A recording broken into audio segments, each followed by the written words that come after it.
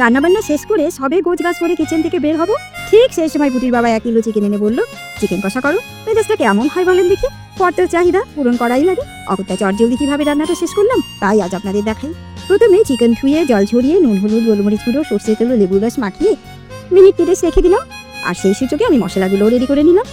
এখন কড়াই গরম সর্ষের তেলে তেজপাতা, শুকনো লঙ্কা, গোটা জিরে ও গোটা গরম মশলা ফোড়ন দিয়ে তাতে ছেড়ে দিলাম পেঁয়াজ কুচি, টমেটো কুচি ও 1 চামচ নুন।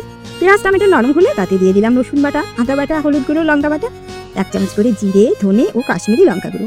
মশলা ভালো করে কষিয়ে নিয়ে টমেটোর পেস্টটা দিয়ে আরও কিছুক্ষণ কষিয়ে আঁচ কমিয়ে দিয়ে দিলাম 2 চামচ ফাটানো টক দই।